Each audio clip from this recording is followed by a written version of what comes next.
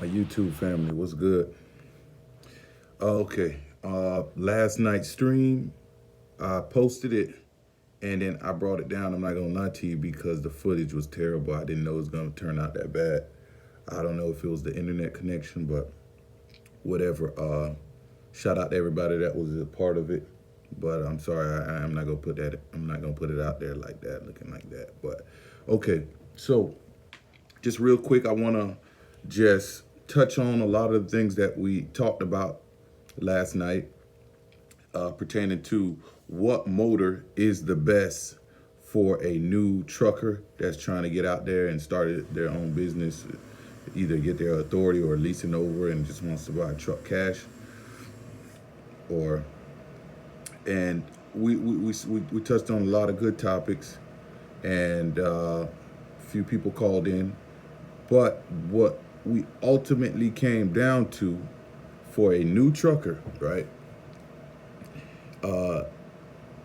A Detroit, like DD15s. We talked about the 12.7. That was the older motor, and just in general, majority of the Detroit motors are the best pick for a new trucker. Now, reason being is the parts are a lot cheaper.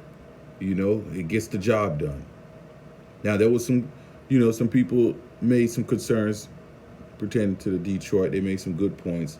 I'm gonna read one of them from a brother that said he owns both of them, and he says I can get them. Hold on, give me a second. Okay, he says this is Trucking Tactics TM Elite Driver.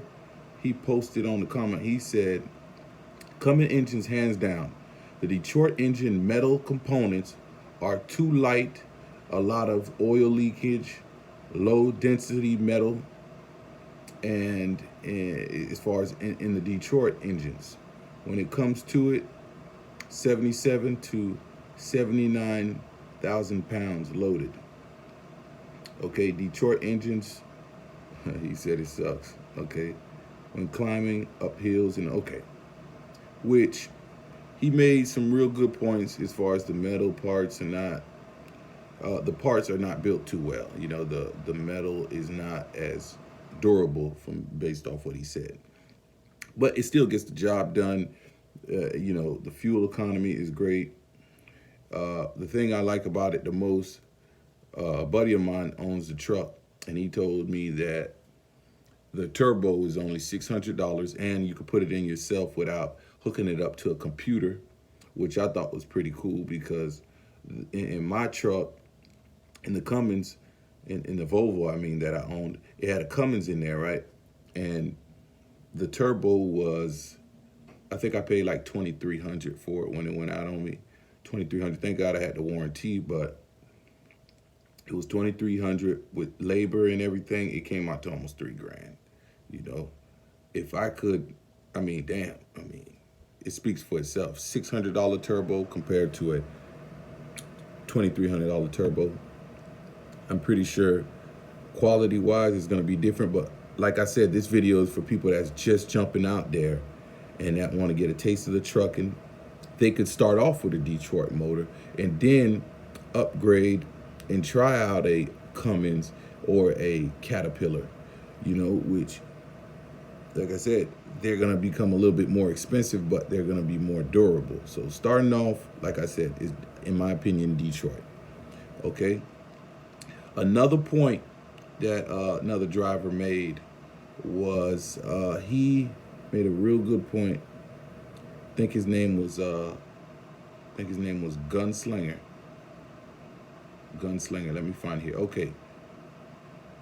He talked about the Detroits again. He said Detroit's best for fuel economy and mileage, and I'm known for their excessive oil leaks. Older Cummins were more reliable than the newer generation Cummins. They give better horsepower than the Detroit, which is a very good point that they made. Caterpillar is a workhorse of the three. Cat is a rich man's engine because parts are so high. I've had all three over the 3 years, and my choice has been with the Cat. So he's basically saying he's a rich man. Has been with the Cat in all of my trucks. Some will disagree because of their performance, their preference, sorry about that, but all who has owned a Caterpillar will tell you. So he said it. The Detroits are good on fuel, which is another good thing. Starting off, you're trying to maximize your income. So the Detroit is going to be good on fuel. Like I told you, then once you want to start looking into other trucks, like, other motors like Cummins and Caterpillar, they're going to cost more. They're going to cost more as far as in maintenance fees, but at that point, you still could make the money. Sorry about that, guys. Lost my train of thought. I was thinking about something totally different. But that you're going to be able to, you're going to spend a little bit more money with the Cummins and the Caterpillar, okay? So that was another very good point that Gunslinger made. And another person made another good. He said, this is the most important thing. If you guys don't get anything out of this video, remember this when you're starting to decide to buy a motor. And this is from Aaron Jones. He said, I think what region you drive in also plays a huge factor. I love and drive in the Midwest, so I don't need the powerful Cummins motor. You hear what he said? He basically letting you guys know, depending on what area you plan on driving in, whether it be the Midwest, which he said he preferred because it's flatter ground. He doesn't have to work his truck that hard. Or you got people running over there in the West Coast in Cali. You're gonna climb up a few mountains. So in those areas, you probably will prefer a Cummins. Or, like I said, in the Northeast too, few mountains, I prefer a Cummins. If you're in the South, you're not dealing with mountains, you're gonna have to, it would be wise to deal with a Detroit motor. You understand me? So depending on which area you plan on running in the most, you make a decision built on that, So that was a very good point. Shout out to Aaron Jones for that one. I really liked I like that way of thinking. And then there was a lot of other good comments. GI Man Transport says he has a Cat. Cummins N14. A lot of these older truckers that's been out here for a while, they always talk about the N14 as far as the older motor. It's a Cummins N14 or Detroit 12.7. Now, I've been talking before I even made this video, every time I talk to an old school trucker, those are the two motors they always talk about. And like I always tell you guys, if you come out here to trucking, get out there, talk to other truckers that's been out here longer. They're more than willing to give you that information. And all of them have the same thing in common to say about the Cummins N14 and the Detroit 12.7. Shout out to Minister Mosley too, good friend of mine. He was the first one that I talked about as far as motors about, and he mentioned those two motors. It's funny that I keep hearing that every time I talk to old school truckers, man. So those two motors are real popular. Buy a truck around the engine. Okay, so what GI Man Transport said, he said buy a truck around the engine, not the other way around. Stick to one of these three engines. You still need to make sure it's a good running order before purchasing. Ask for overhaul paperwork.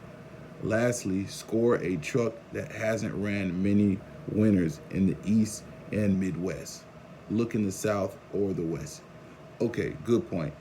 So basically he's saying that stick to the three motors that we're talking about and you'll be okay. Shout out to those that own the Packers and the Volvos too, because ultimately I had a buddy of mine that owned a Volvo, and it was $1.25 million. He said he takes care of his motor because it ultimately comes down to that. If you're taking care of your motor, you're taking care of your truck, it'll last. It'll go the long haul. So I'm not knocking those other motors. I'm saying starting off, for the person that might not know much about motors and wants a reliable motor, I'm saying to stick with Detroit based off what I've been hearing and what I've heard from people around me that own Detroit. I think it'll make more sense for someone just jumping out there and trying to get to understand the ropes.